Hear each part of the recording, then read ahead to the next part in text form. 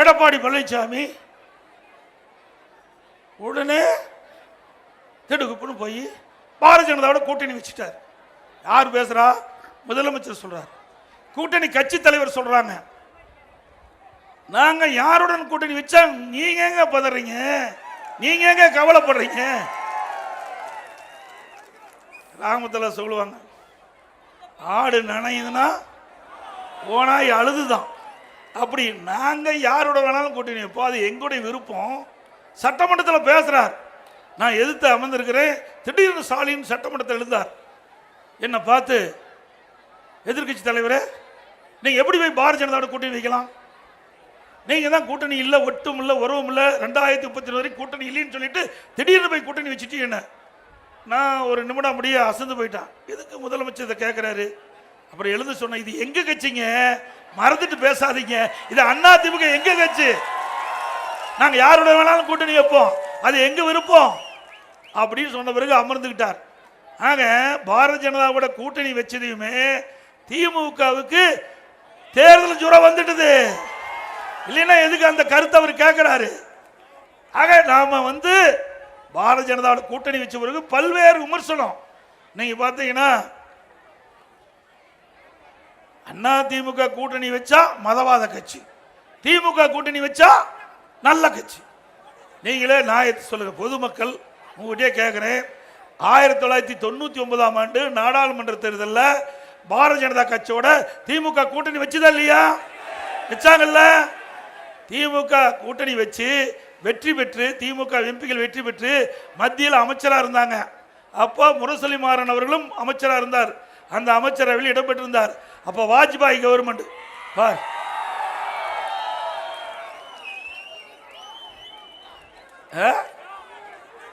ஒருத்தர் மைக்கு சரி பண்றாரு, இதுல எல்லாமே இறந்து போயிட்டாங்க, அது வேற விஷயம். ஆனாலும் 1999ஆம் ஆண்டு மத்தியில் பாரதிய ஜனதா கட்சி ஆட்சிக்கு வந்தபோது, அப்போ அவர் பிரைம் மினிஸ்டர் அமர்ந்துட்டு இருக்கும்போது திரு கருணாநிதி அவர்கள் இதை மைக்கு சரி பண்றாரு, இவர் எதை எடுத்து கொடுக்குறாரு, முரசொலி மாறன் இப்படியெல்லாம் கூட்டணி வச்சுட்டு எங்களை பற்றி விமர்சனம் செய்யறீங்களே, உங்களுக்கு என்ன அருகதை இருக்குது? அது மட்டும் இல்ல, 2001 சட்டமன்ற தேர்தல், அப்பொழுது திராவிட முன்னேற்ற கழகம் பாரதிய ஜனதா கட்சியோட கூட்டணி வச்சிருந்தாங்க. அப்போ பாரதிய ஜனதா கட்சி நல்ல கட்சி, அண்ணா திமுக கூட்டணி வச்சா மதவாத கட்சி. பாருங்க, வேற எதையுமே சொல்றதுக்கு வழியே இல்லை.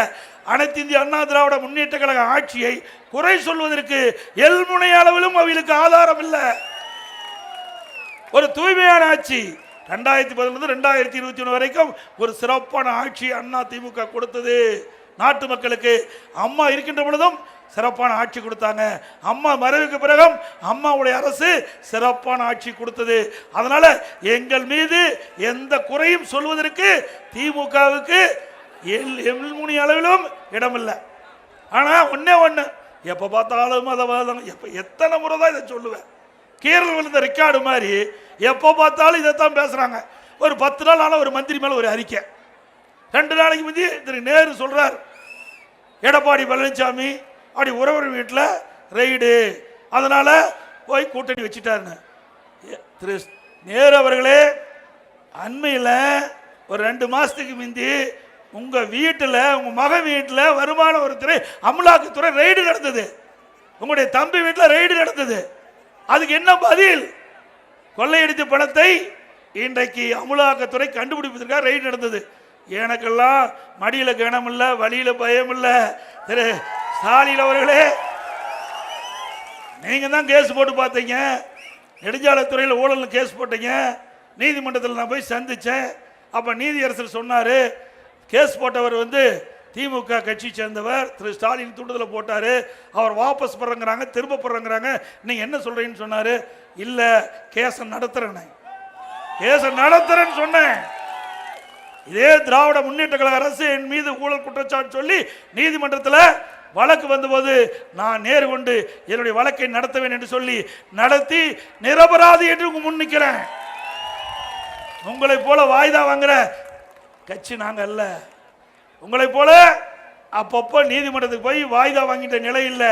கேஸை நடத்துறேன்னு சொல்லி நடத்தி முடித்து இன்றைக்கு மக்கள் முன் நிரபராதி என்று நிறுத்திட்டு நிற்கிறேன்.